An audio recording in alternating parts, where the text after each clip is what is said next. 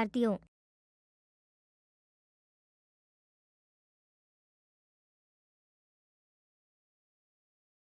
मुझे आशा है कि आप अच्छा कार्य कर रहे हैं। पिछले सत्र में हमने भारत और पाकिस्तान के विभाजन के बारे में, माउंट बेटन की घोषणा के बारे में जाना।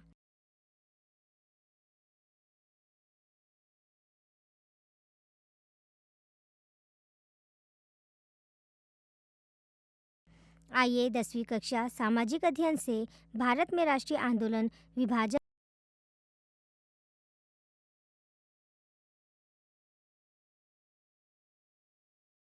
और स्वतंत्रता 1939 से 1947 विषय से विस्तार से विभाजन और उसके बाद की घटनाओं पर नजर डालें। सीखने के परिणाम आप समझ सकेंगे। विभाजन और पलायन। महात्मा गांधी की हत्या। स्वतंत्र भारत में राज्यों का एकीकरण। मुख्य शब्द: सराय,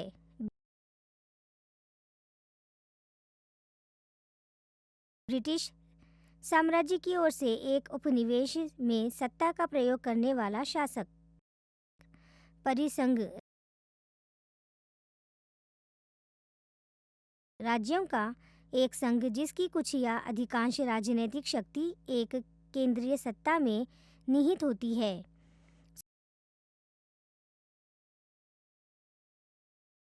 स्वराज, भारत के लिए स्वशासन या स्वतंत्रता। परिग्रहण, पद या शक्ति की स्थिति की प्राप्ति या प्राप्त करना। प्रवास, एक भाग से दूसरे भाग की ओर संचलन। हत्या, अक्सर राजनीतिक कारणों से अचानक या गुप्त हमले द्वारा हत्या। शाही भत्ता, ब्रिटिश राजा या रानी को निजी खर्च के लिए दी जाने वाली धनराशि।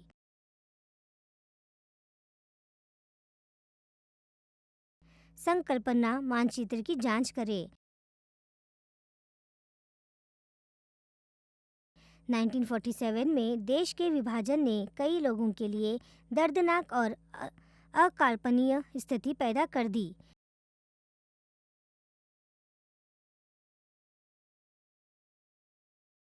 पाकिस्तान में रहने वाले अधिकांश हिंदू असुरक्षित महसूस करने लगे और उन्हें अपना घर छोड़ना पड़ा।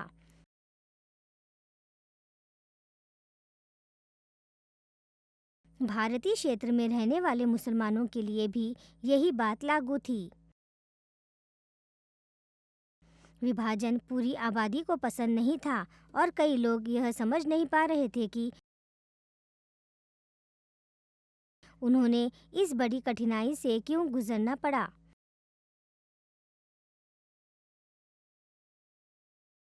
उन्हें अपने घरों, गांवों और शहरों से बाहर निकलने के लिए मजबूर किए जाने के कारण दूसरे समुदाय के प्रति गुस्सा और गहरी नफरत महसूस हुई।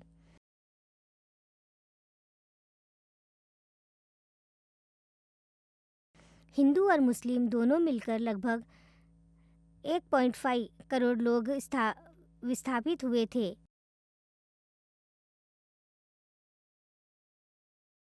उन्होंने एक दूसरे को मारा, लूटा और जला दिया। प्रवास के दौरान 2 से 5 लाख लोग मारे गए, जिनमें मुस्लिम और हिंदू दोनों शामिल थे।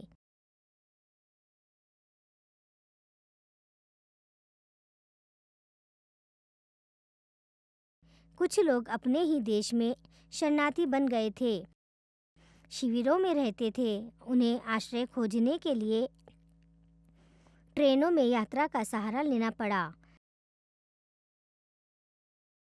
हिंसा के बारे में पता चलने के बाद महात्मा गांधी ने शिविरों और अस्पतालों में दंगा प्रभावित लोगों से मुलाकात की। वह शांति और भाईचारे का संदेश फैलाने की कोशिश कर रहे थे।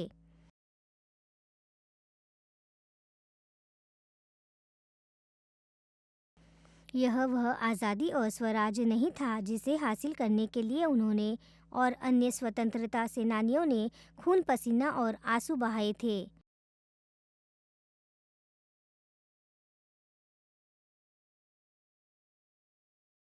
राष्ट्रपिता ने आज़ादी के पहले दिन उपवास रखा और जश्न नहीं मनाया।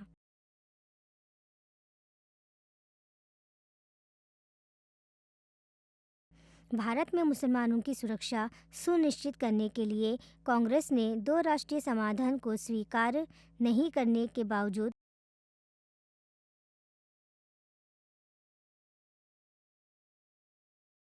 गांधी और नेहरू द्वारा शुरू किए गए अल्पसंख्यकों के अधिकारों पर एक प्रस्ताव पारित किया गया।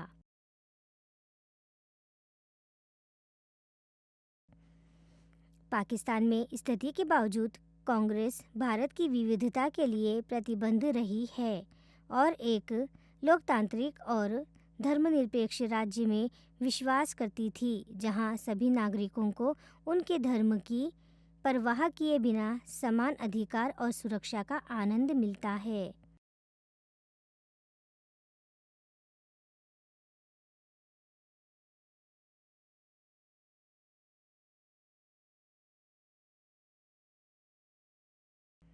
महात्मा गांधी की हत्या। महात्मा गांधी जी ने स्वतंत्रता दिवस समारोह में भाग नहीं लिया।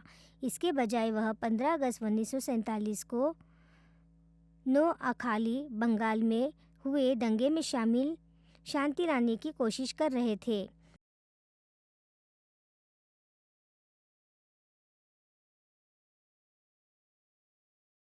नौ सितंबर को वह राजधानी वापस आए। वह उत्तर दक्षिणी भारत में व्यापक सांप्रदायिक दंगों से नाखुश थे और लोगों के गुस्से और भय को शांत करने के लिए उन्होंने काफी प्रयास किए।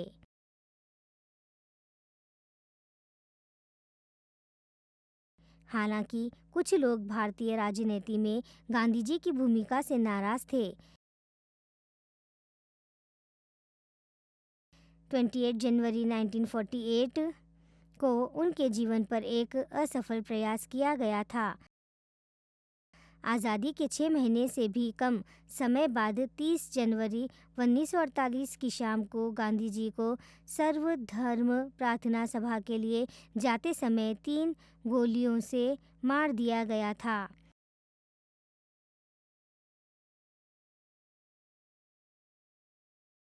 निधन से पहले गांधी जी ने हे राम कहा था।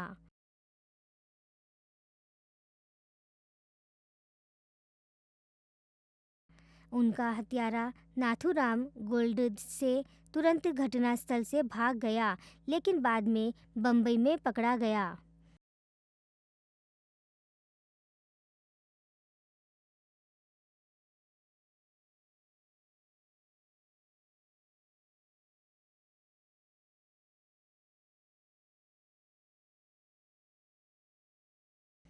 नाथूराम गोडसे हिंदू महासभा का सदस्य था।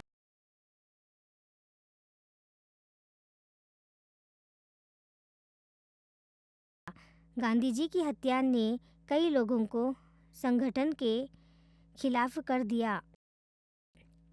इस घटना के कारण 14 फरवरी 1948 को अखिल भारतीय हिंदू महासभा ने अपने राजनीतिक कार्य को नीतिबद्ध करने और उसके बजाय संगठनात्मक कार्यों पर ध्यान केंद्रित करने का निर्णय लिया। आज़ादी के समय भारत में लगभग 550 रियासतें थीं। ब्रिटिश साम्राज्य के अधीन रहते हुए भी इन राज्यों को विभिन्न स्तरों की शक्ति प्राप्त थी। लेकिन भारत से अंग्रेजों की वापसी के बाद इन राज्यों को स्वतंत्र होना पड़ा।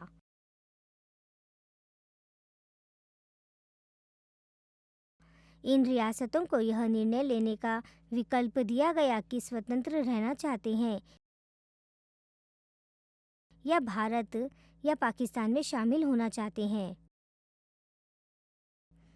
इन राज्यों की आम जनता प्रज्ञा मंडल आंदोलन में भागीदारी के माध्यम से पहले ही लोकतांत्रिक अधिकारों के प्रति जागरूक हो चुकी थी।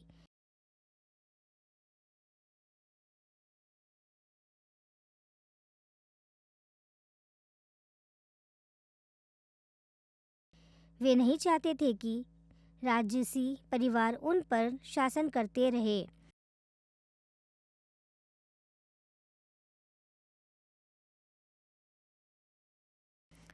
त्रावणकोर और हैदराबाद में लोगों ने अपने जमींदारों के खिलाफ हथियारों से विद्रोह करना शुरू कर दिया।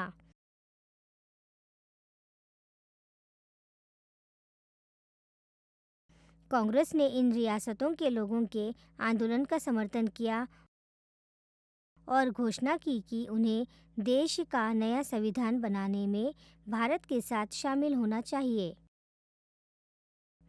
जुलाई 1947 में सरदार वल्लभ भाई पटेल को इस मामले का प्रभावी बनाया गया।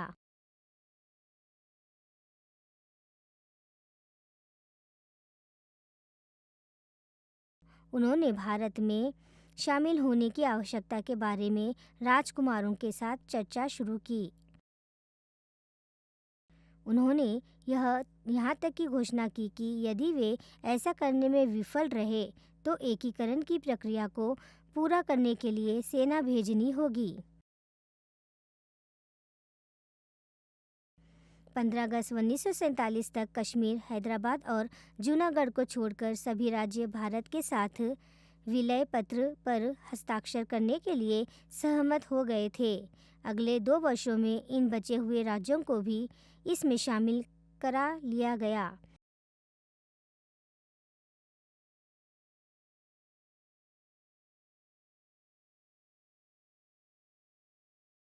इन रियासतों का शासन अपने हाथ में ले लिया गया और राजकुमारों को उनके व्यक्तिगत खर्चों को पूरा करने के लिए पेंशन निधि, जिसे शाही भत्ता कहा जाता था, दी गई। विभिन्न प्रदेशों को मिलाकर नई प्रशासनिक इकाइयां बनाई गई। राज्य निर्माण की प्रक्रिया का प्रथम चरण 1956 तक चला।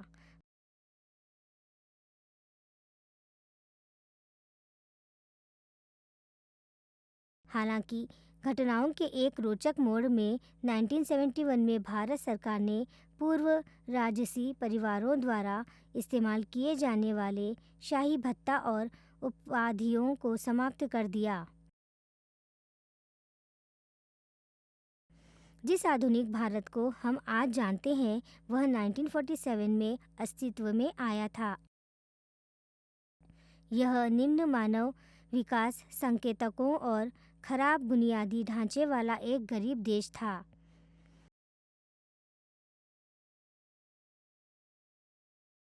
तो शताब्दियों के औपनिवेशिक कब्जे में अंग्रेज देश के विकास में बाधा डालने और लोगों के आत्मविश्वास को तोड़ने में कामयाब रहे थे।